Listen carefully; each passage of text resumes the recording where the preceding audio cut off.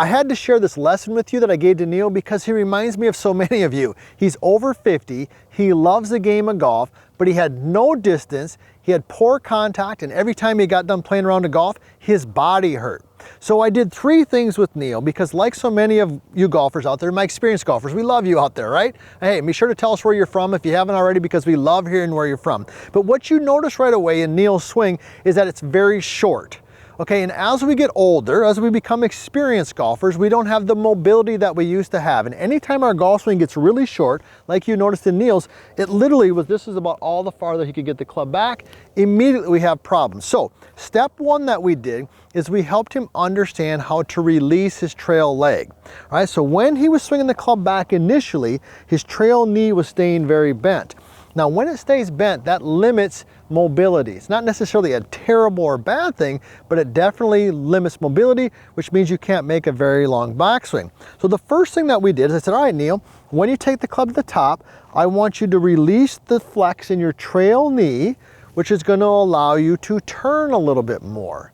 Okay, so as he can turn a little bit more, that's going to help us get some length to our backswing, which is going to immediately, as it did for Neil, help him pick up some more club head speed. It'll do the same for you. So what do we mean by that? Well, let's just say for sake of discussion that when you're set in there over the golf ball, that you have 30 degrees of bend in your knees. Let's use it as a round number. Well, as you get the club to the top of your backswing, I want you to have maybe 15 degrees of bend. You don't have to have 0, I'm not saying that, but I don't want it to stay the same. If anything, it has to release a little bit. So I start at 30 and I let it release till it goes till 15. Now when I do that, what you're gonna notice is it allows me to turn my hips just a little bit. And when I can turn my hips more, I can turn my shoulders more, which means I can get some length to my backswing. And the easiest way to hit the golf ball longer is to make a longer backswing. So that was step number 1. I taught Neil to release the trail leg a little bit so he could rotate his hips and get some more length to his backswing. All right, now the second thing that we did is I had him increase his hip turn. And that was possible because he had released the trail leg. So the next step I said is, all right, Neil, what I want you to do is I want you to make sure that you're turning your hips, okay? Make sure that you're letting your hips turn a lot. So one of the ways that I had him feel that is I said, all right, Neil, take your phone and put it in your back trail pocket, which is your right pocket. Now, I don't have a phone on me today because we're shooting video, but I've got a mic box in my back pocket. He had a phone. So I just said, all right, Neil, you're releasing the trail leg. Now I want that phone to turn and go backwards, meaning I wanted his trail hip to rotate and turn back. Now, as he did that, that turned his hips more. So now the hips are back here facing more the target.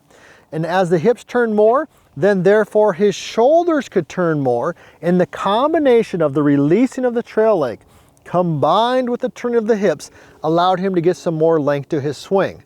All right, that immediately helped him pick up distance, immediately helped him pick up some more fun playing the game. But the third thing, and probably the most important thing that we talked about, was what we did with his lead arm. And this is one of the core concepts of the vertical line swing. Okay, we wrote a book on it. It's called The Bad Lie. All right, specifically for older golfers who love the game, experienced golfers. In the lead arm, we wanted the lead arm to work back and we want it to work more up. What you would have noticed in Neil's swing is it was kind of low. Okay, and when the lead arm goes low, you got no length and also you're going to struggle with contact. So what I wanted Neil to do is I wanted to get his lead arm, which for him is his left arm, I wanted it to get up higher so it was above his shoulders like this. I don't want it below his shoulders, I wanted it up. Now, why did I want it there? Multiple reasons. Number one is it gave him more length to his swing. And as you recall, when we had more length to the swing, we get more club head speed, we get more distance. But here's the kicker. When the lead arm gets a little bit higher in the backswing, it actually makes it easier to catch the ball first on the downswing. Now, we've done a bunch of different videos on this. I'm not going to go into details on it right here today, but when the lead arm is a little bit higher, it moves, all things being equal, okay, because I don't want to get arguments out there to my fellow golf instructors because there's a variety of things that can impact this, but all things being equal, when the lead arm is a little higher, it makes it easier to move the bottom of the swing forward and hit the ball first. Now, you know us here at VLS Coaching, we like to keep the game simple. So here's the simple drill. I said, Neil, here's what I want you to do. When you get set up over the golf ball, practice swing first, get set up. I want you to maintain your posture, okay? But I want you to lift your arms up here to the buttons on your shirt. Everybody see how I'm doing that? I'm maintaining my posture, I'm lifting my arms. I'm not lifting my posture. This is incorrect. Maintain posture, lift your arms, Neil, the button height, and then just turn, boom.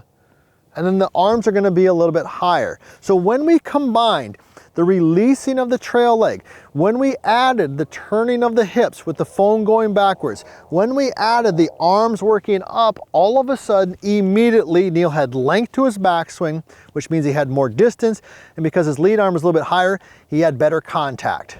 If you've enjoyed this video and you felt it helpful, be sure to check out my next video. And if you want to personally work with us on your golf game, check out vlscoaching.com.